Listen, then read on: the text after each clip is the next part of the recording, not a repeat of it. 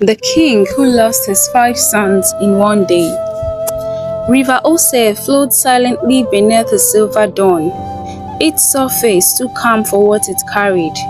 A body, wrapped in warrior cloth of red and black, drifted slowly down its sacred spine. His hands, once mighty enough to lift kingdoms, now hung lifeless. Poison still burned faintly on his lips. The river, Ose, the ancient witness of gods and men, cradled him gently, like a mother mourning her last son. On the muddy banks, 5 others lay still, young men, his sons. Their blood had soaked the soil not long before the river came for him. The birds had gone quiet, the wind held its breath. Only River Ose moved, eternal, unbothered by the cries that had echoed just hours earlier. This was how Ààrẹ Kurunmi of Ijaiye chose to end it. Not by the sword, not by surrender, but in the arms of River Ose. So his enemies could not claim him. Let them celebrate their hollow victory. Let them dance over his empty compound. But they would never parade his body, never possess the man whose name thundered across the land. This was his choice, to die with pride intact, swallowed by the river, remembered not as a fallen general, but as a man who chose his own end. But to understand why a father would poison himself and cast his body to the river, we must walk backward, into the heart of a proud man, a fragile empire, and a broken promise. Kurunmi was not born into greatness. He earned it with blood, fire, and unshakable discipline. In the vast Yoruba Empire, he rose from humble beginnings to become the Ààrẹ Ọ̀nà Kakanfò, the supreme military commander of the Oyo kingdom. He was tall and broad, with eyes that pierced and a voice like rolling thunder. When he walked, even chiefs stepped aside. Aláàfin Atiba, king of Oyo, saw in him a storm, and storms cannot sleep in palaces. By tradition, a Kakanfò must not live in the same city as the king, their power too immense to share one roof. So, Atiba sent Kurunmi to govern Ijaiye, making him both sword and shield of the West. Kurunmi ruled Ijaiye like a fortress of values. To him, customs were sacred. The ancestors had left a path, and it was not for men to change it. Break one rule, and the whole roof might fall. Among these customs, one stood above the rest. When a king died, his aremo, his heir, must die too. It was not vengeance, it was balance, a safeguard against power-hungry sons, and a symbol that the throne was not a gift passed by blood, but a sacred burden. Kurunmi believed in it completely. It wasn't just law, it was life. But Atiba, old and weary, desired something else. He loved his son, Adelu, and wanted him not in the grave, but on the throne. When he saw death drawing near, he summoned his trusted chiefs, Kurunmi of Ijaiye, the Timi of Ede, Balogun Ibikunle of Ibadan, and asked them to swear an oath. Under the carved roof of the palace, before the sword of Ogun and the thunderbolt of Sango, Atiba stood tall despite the years. When I die, he said, Adelu must reign. Let the line continue. No more royal sacrifices. His voice trembled with love and fear. The room fell into stunned silence. Then Kurunmi rose. Baba, he said, voice trembling with fury. This is not our way. You asked us to break our spine, to betray the gods? The son must follow the father in death, else the kingdom breaks.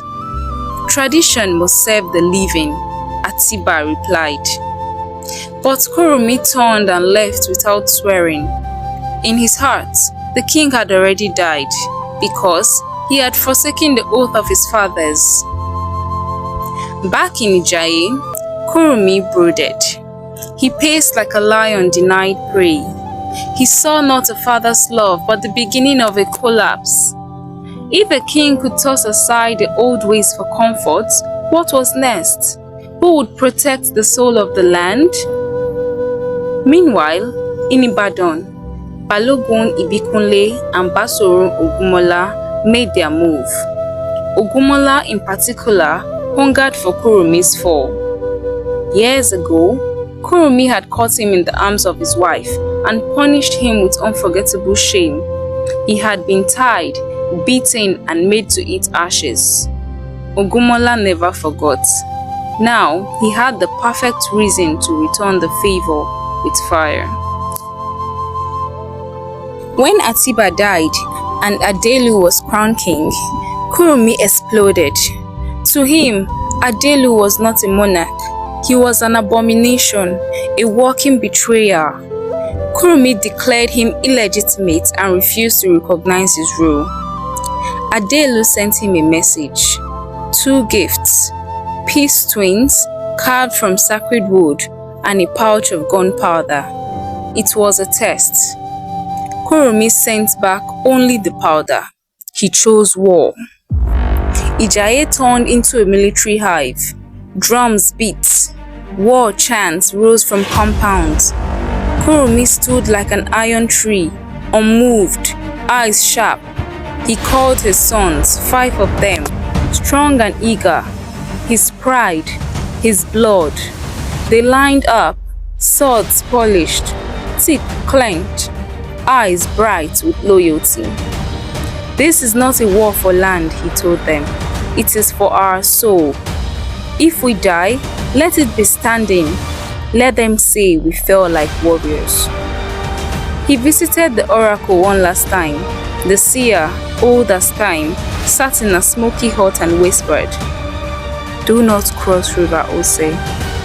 Victory ends at the bank. Beyond it lies ruin." Kurunmi nodded. He promised.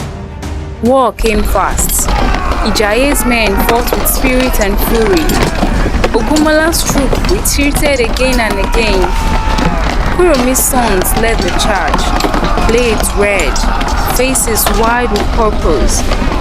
When Ogumola's forces fled across River Ose, the young warriors cheered. Victory was near. But magic was at play. Ogumola had summoned the Egba warriors, master of charms. They had cast Edi, a mind sickness that twisted courage into madness. It made warriors forget pain, forget warnings, forget themselves. It turned victory into a trap. Kurunmi's sons, drunk on triumph and touched by the curse, ignored their father's command. They crossed River Ose in pursuit. The moment they did, the spell thickened. They became reckless, wild, shouting like spirits in a trance. On the far side of the river, Ogumola's men waited, ready, ruthless. The ambush was swift. One by one, the sons of Kurunmi fell, cut down on cursed ground, blood mixing with the river they had crossed against the gods' will. Their cries were short, their blades fell silent. Ijaiye's hope died with them. The news shattered Kurunmi, not with noise but with silence. When the report came, he stood unmoving. Then he walked to the family's shrine, laid each son's broken weapon before Ogun's altar, and said nothing for a long time. Later, Ogumola sent word, "Your blood is spilled, your gates are next." Kurunmi stood in the ruins of what he believed, his city burning, his sons gone, his gods silent. There will be no second army, no last stand, only a choice. He summoned poison. That night, he sat beneath the stars, remembering their childhood laughs. He drank it alone. The taste was bitter, but not as bitter as defeat.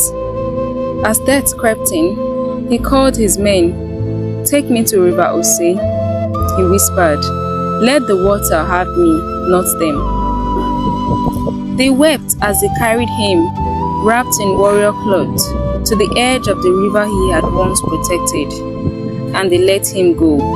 No drums, no chants, only silence. And so we return to where we began. River Ose moved on, unaware of its burden, unbothered by history. It had taken Kurunmi, swallowed him whole, and carried him beyond reach, beyond shame, beyond revenge, beyond even memory. He had joined his sons, not in the palace domes of Oyo, but in the endless embrace of the river. His enemies danced in Ijaiye's ashes, but they never found his body. That was his victory. The years that followed told many stories.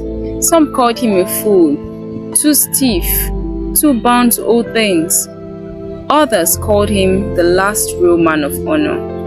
But all agreed, Kurunmi was a wall, and once he fell, the house shook.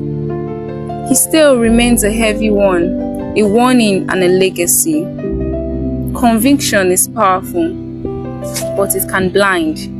Loyalty can uplift or destroy. And sometimes, dying free is the only way left to lead. Children in Ijaiye still hear it in the wind.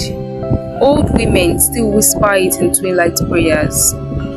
Omoku, Ilu Oku, Babaku, Itan Bare. If a child dies, the town leaves. A father dies, and our story begins. And the river remembers.